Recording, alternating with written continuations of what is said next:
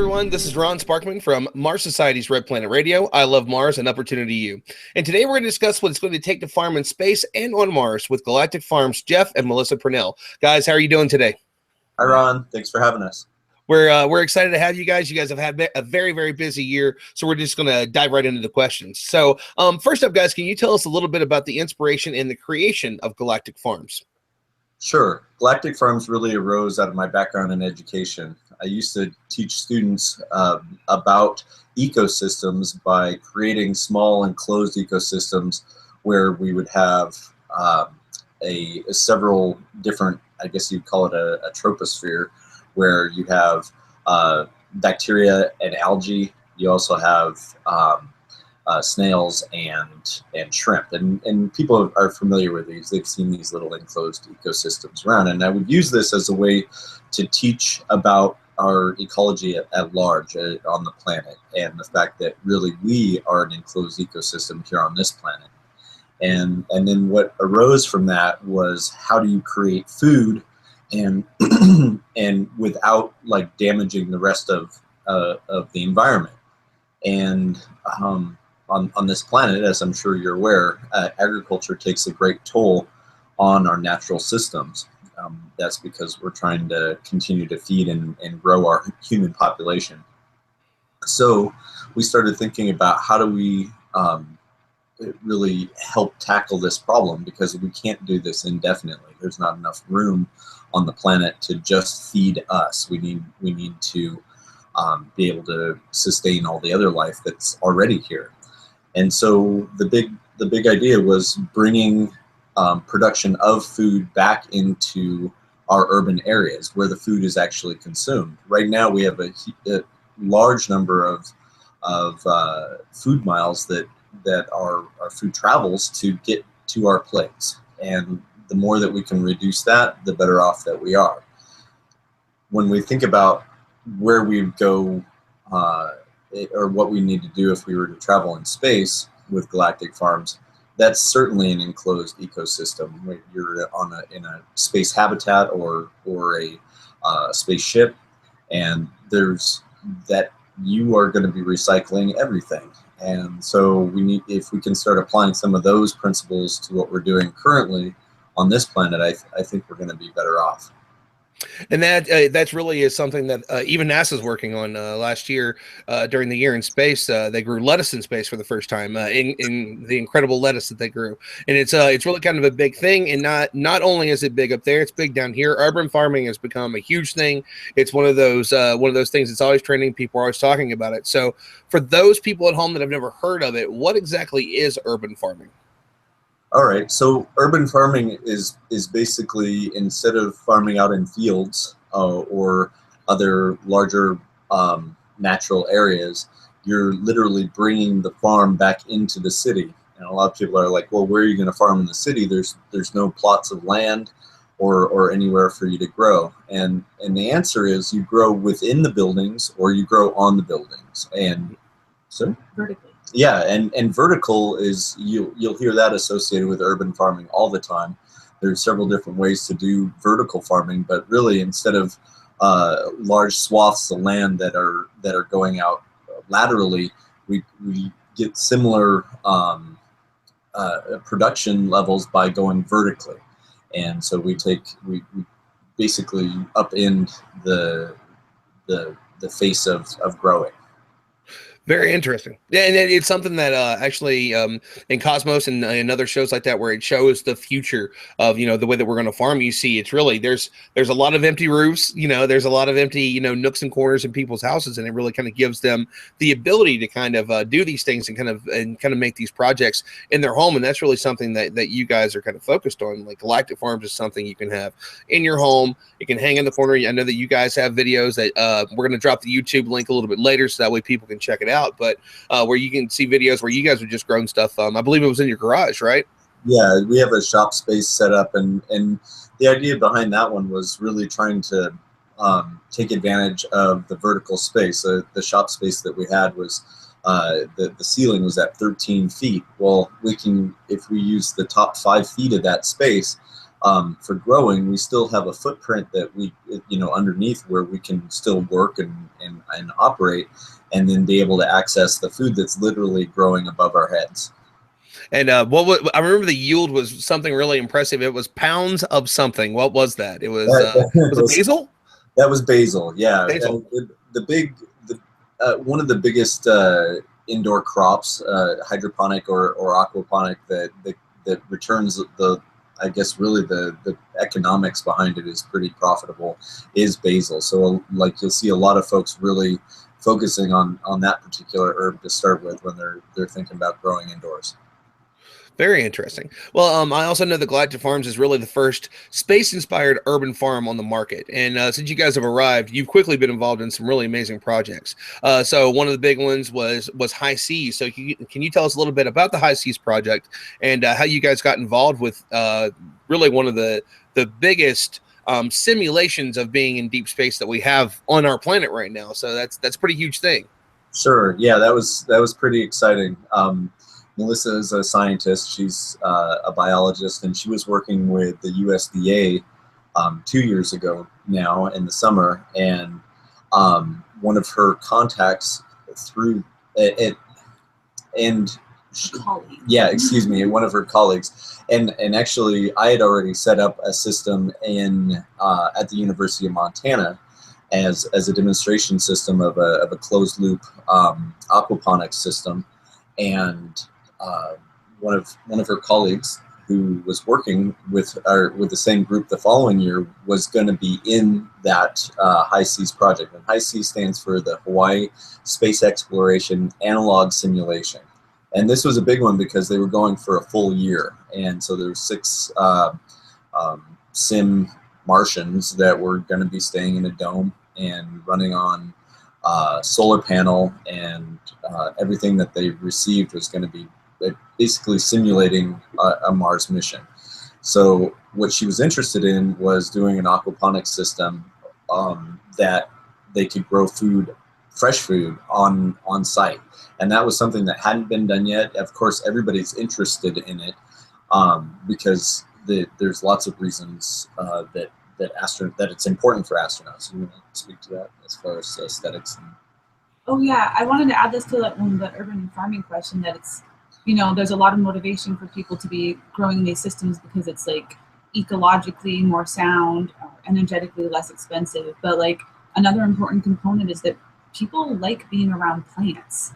Like there's something about being in their presence, like the color of light when it goes through a leaf, that like affects us in an aesthetic way that's very calming.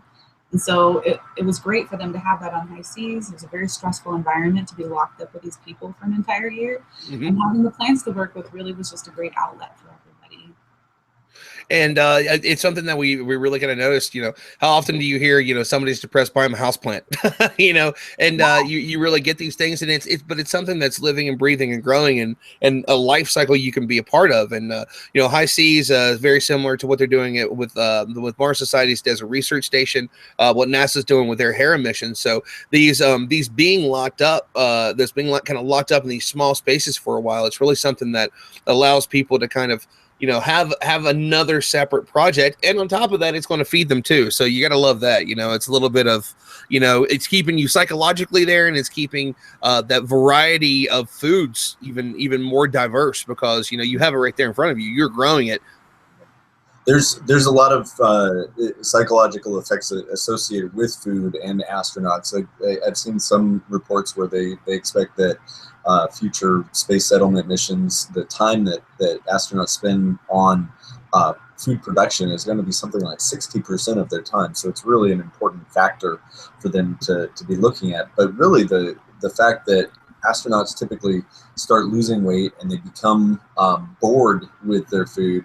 They go through a huge amount of hot sauce and interesting spices because it is difficult to make it exciting. And one of the reasons it's not exciting is because it's not fresh. And so and it's redundant. So yeah, it continues to, here we've got the powdered eggs and potatoes again. and it's not something that's super exciting to look forward to. But if you've got some fresh greens and maybe a hot pepper or a cucumber ready to go, that's going to be pretty exciting for an astronaut, even though we take it for granted. Yeah, here it's, we can go to the store and we can grab them, but they talk about the way that microgravity affects the taste buds, that, as you mentioned, the hot sauce. They're talking about the foods that they're going to send to Mars. Some of this food is going to be prepackaged. It's going to be there for years before the astronauts get there. So it's really something that's going to be able to keep them motivated with it. And they talk about it. They say that astronauts will stop eating if they get bored with their food. It's something that food scientists and scientists at NASA are very, very very cognitive of. They're fully aware that this is something that they need to worry about, because they've got to keep these guys eating, because these men and women are that's a long time to go. 6 to 9 months there, you're on the planet, 6 to 9 months back, and that's just a conservative estimate. That's a lot of time with the same foods over and over again. Right. And so we also know, obviously, High Seas was featured on Mars on National Geographic, and there's a spot where you guys pop up. So I know that had to be really cool. So what was it like seeing your hard work on the screen, and Ron Howard produced TV show? What was that like? It surprised the hell out of me.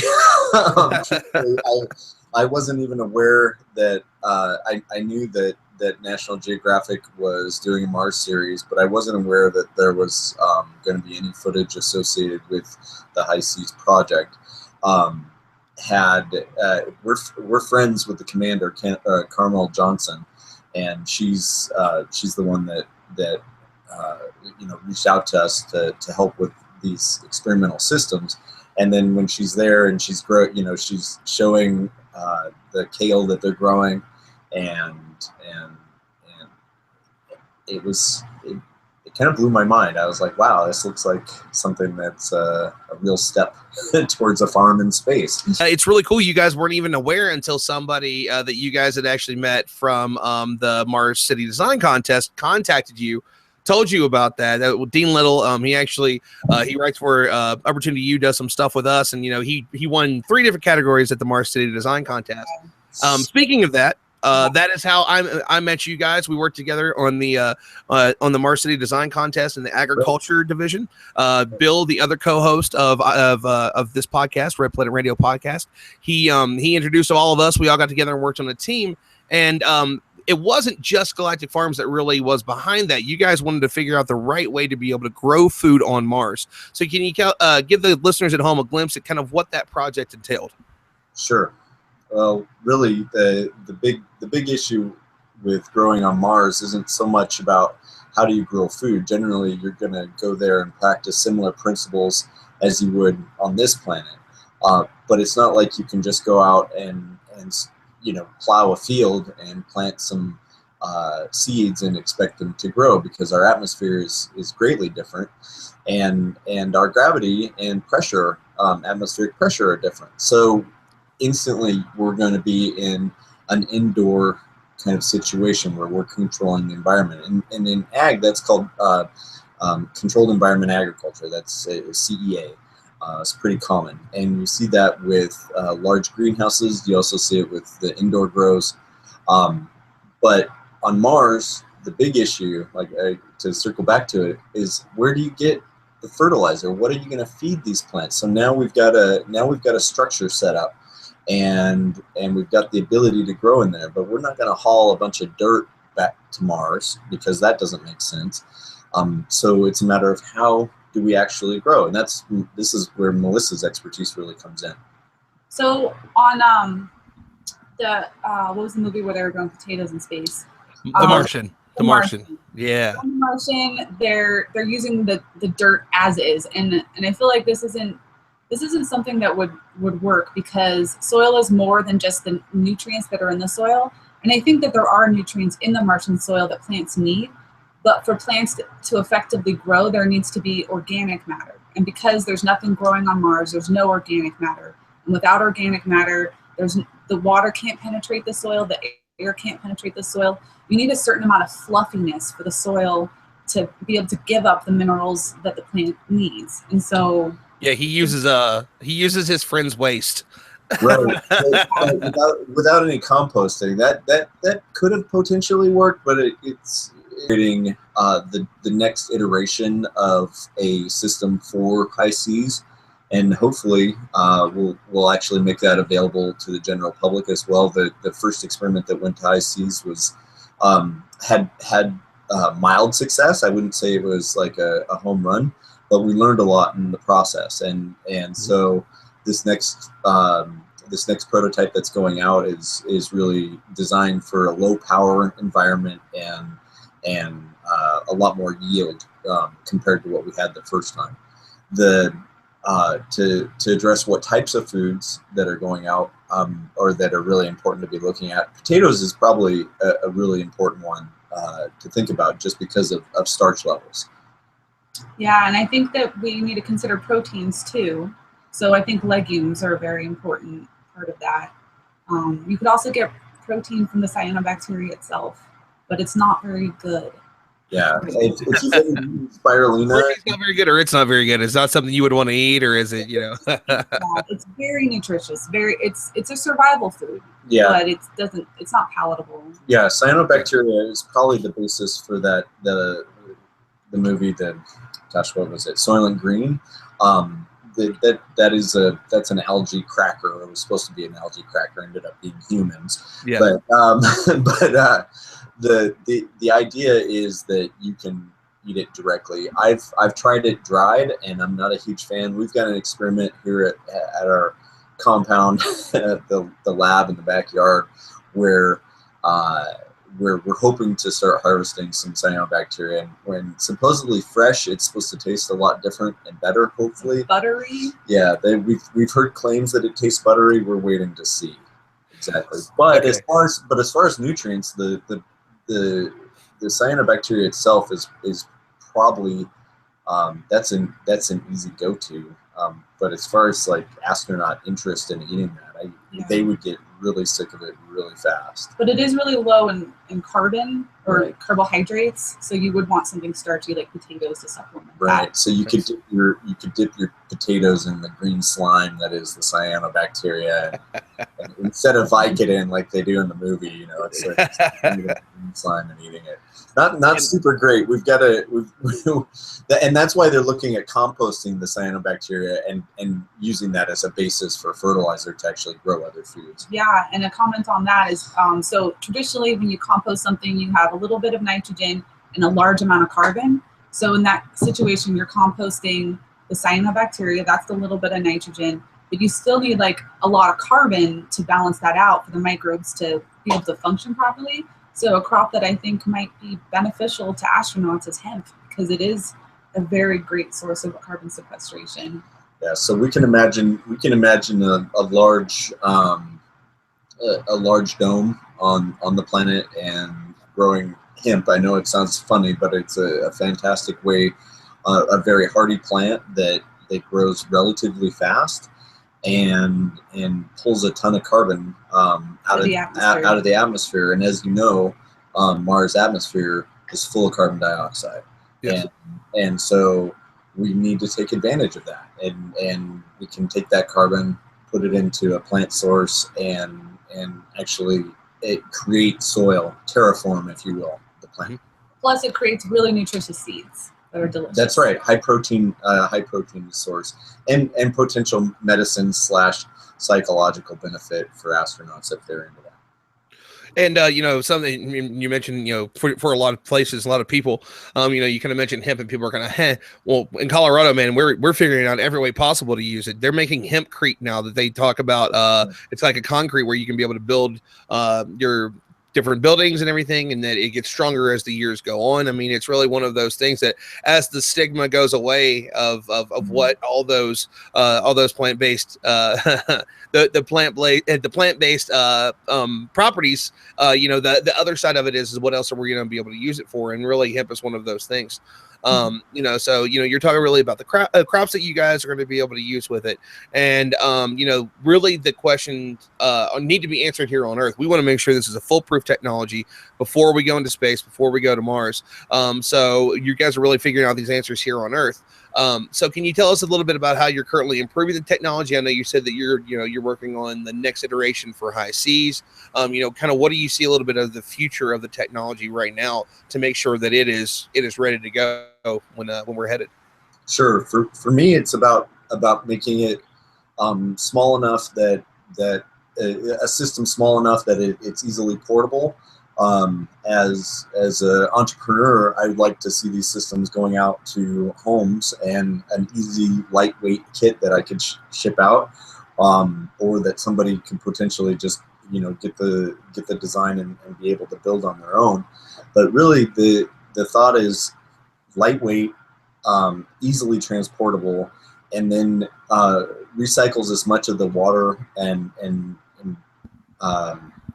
environment as possible. So yeah, these small systems could easily be stored flat or shipped ahead of time to the planet, and then when the astronauts show up, it would be relatively easy NASA terms there.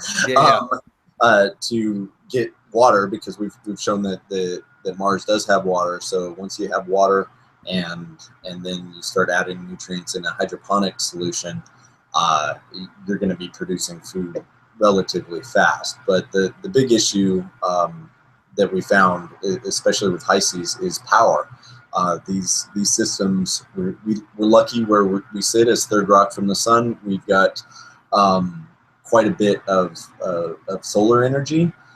That's not the same on Mars, and so we've got to be considering how are we planning on powering the systems that'll provide artificial lighting for the plants, or are we going to be trying to grow really low light requirement plants that can survive with the ambient light that's available? Which would leave us with basically leafy greens and no starches, no proteins. Yeah, so the inputs are always important to look at, and when you end up in another planet, or if you're thinking about another planet, or even like this planet, like in the center of a city, which is pretty foreign for plants to try to grow in, you've got to think about how do we accomplish those need, or create those supplies that the plants need. Excellent. And, we've really kind of been talking about, the technology on the planet, but would this technology also be usable on the trip to Mars? Right now they're developing the deep space habitats. Orion's already been worked on, SLS has already been worked on, but they're working on these deep space habitats. Would you be able to use this on the trip to Mars? And if so, would it be the same equipment that we're using to grow here, we're going to use to grow there, or would it have to have, maybe a few modifications to it to where you could use it on the trip there, and then once you finally get there, maybe you would have to, kind of transform it a little bit, But so that's what I was wondering. Yeah, this is a really interesting question, and I guess my thoughts on the situation is it really depends on the spacecraft that's taking you to the other planet. If you're able to simulate some gravity with some centrifugal force, I've seen that in the sci-fis where they've got the spinning. Gosh, I don't even know the terms for it, but it's basically the habitat is rotating so that there's gravity on the outside due to centrifugal force. In that kind of situation, that would be pretty easy to grow the plants and have it available on the trip to Mars, because you're creating a micro or a gravity kind of situation that would be similar.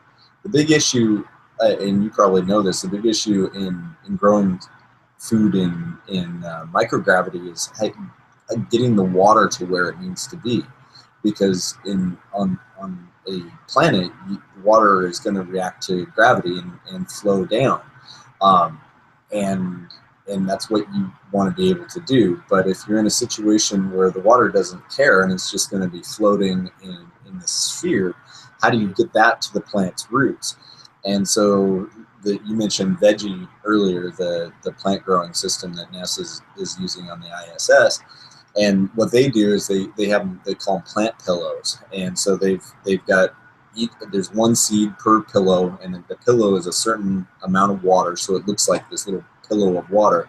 And they place that seed on this membrane that only allows a certain amount of water towards the seed per day. And in fact, I think it actually increases. So it's some pretty high-tech capillary stuff that they're doing there that's coming on demand to the seed. That way, the pillow shrinks down and provides the right amount of water to the seed.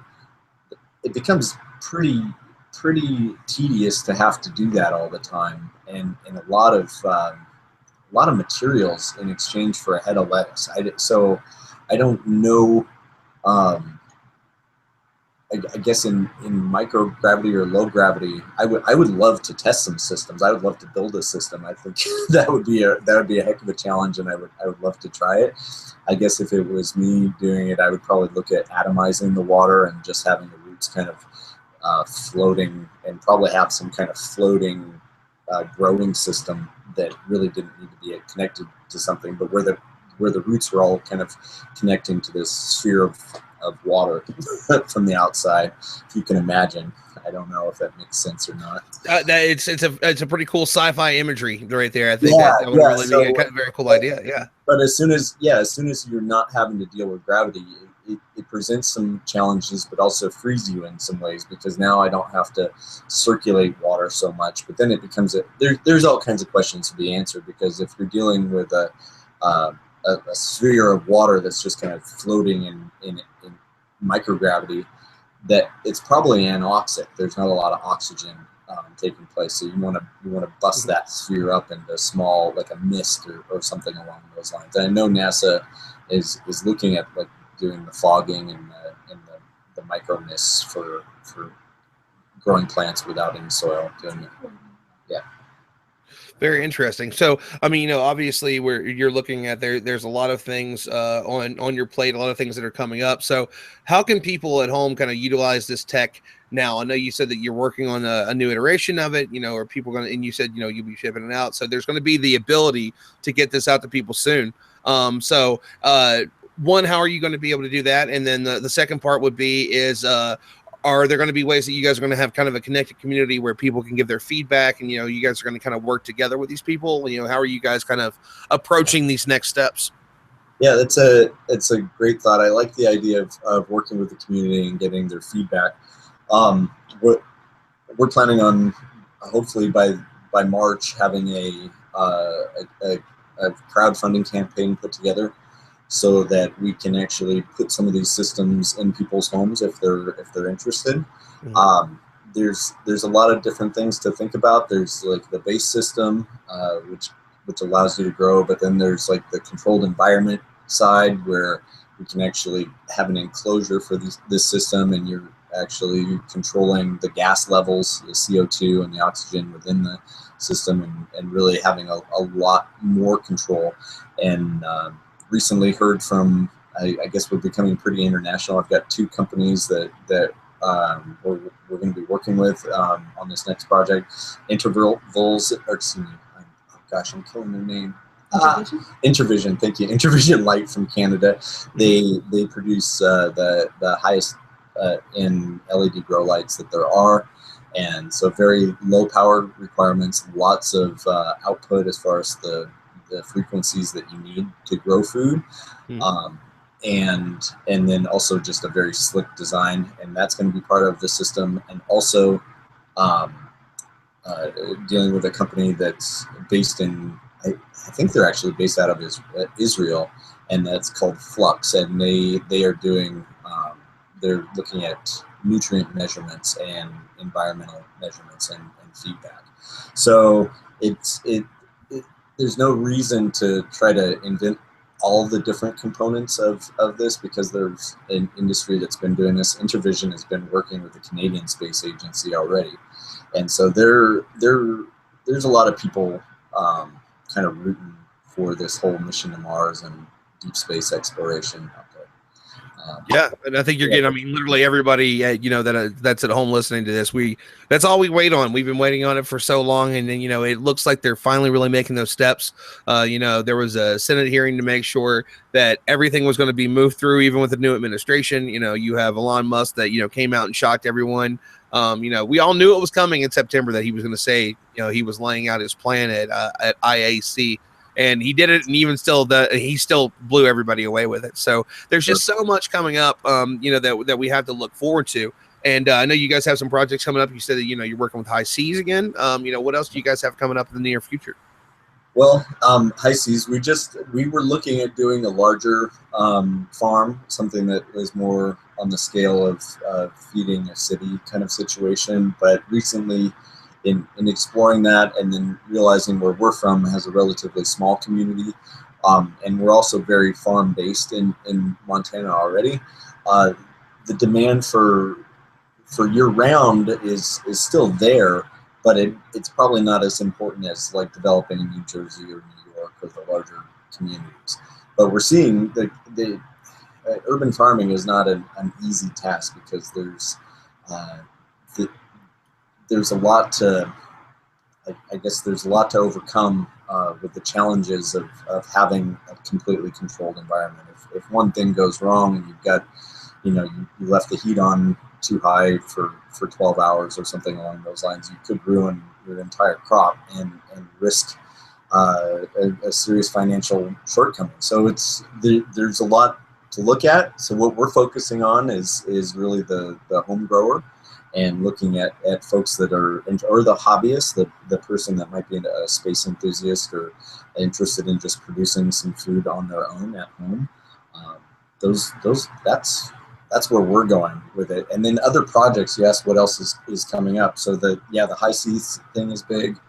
We're looking at we've got the cyanobacteria production going, and then we're going to be looking at doing a fertilizer amendment, so that if people want to make their own home astronaut fertilizer, they can take their own urine and mix it with water and add a little bit extra nutrients, the little bits that the plants still need. Iron is the only the iron is the big one, and then really turn that into a solution where they can start truly living sustainably in their own environment, using their own waste instead of sending it down the toilet. All that stuff ends up in a treatment plant, and then ends up the effluent still goes into the river and creates algae blooms and all kinds of problems for the planet. So the more that we take on ourselves and ask, where are all my wastes going? Just like the astronauts have to on the planet, or on ISS, or if they're on another planet, you have to pay attention to those. And every bit of waste is a resource, and that's a big thing that people forget, is that, oh, I'm actually throwing away something that's valuable and flushing it down the toilet. And it sounds gross, but we got to get over that, because otherwise we're just going to be swimming in all of our waste. Yeah. We're talking about like using waste as like a fertilizer directly, because there are pathogens in our waste that we wouldn't want to like contact directly. But when you put that waste through several iterations of other organisms processing it, the pathogens do go away. So, I mean, what you guys really are working on is everything. It's green technology. It's allowing people to kind of, see them, live a little bit more sustainably at home. And on top of that, it's a technology that we're really going to be able to utilize in space. So, I mean, it really, there's not many people in the space industry that aren't going to find that, very interesting. We love what you guys are working on. Can't wait to see what you guys do next. So for the people at home that are wanting to learn more about what it is you're doing, where can they find you on social media, YouTube, all your online sources? Sure. We've got a pretty good Twitter and Instagram presence. They can find us by looking up Galactic Farms. Facebook is also a spot. We're not super active on Facebook, but I think I've tied the Twitter and the Facebook together. And where else? Our website, galacticfarms.com. You'll catch our blog and kind of what our experiences have been. And we post relatively regularly, like once a week is the goal, but it's probably more like twice a month. There's also a charming web comic. Oh yeah, we have a little web comic going, thanks to Melissa. She's pretty creative. And I know you guys were speaking about kind of increasing your social, the social outreach, as well as, you guys get more and more into it and kind of, some behind the scenes stuff. So it's going to be really cool to see you guys grow over the next few years. No pun intended. That was really off the cuff. My fault. I apologize for those listening at home. That joke was not on purpose. Sometimes it just happens. So guys, thank you so much. We're so glad to have you both, Jeff and Melissa Purnell. We were excited to have you on today's show. And thank you guys so much. We appreciate it. Thank you, Ron. Really appreciate it. It was good talking to you. All right. And guys, we will see you on the next episode of Red Planet Radio.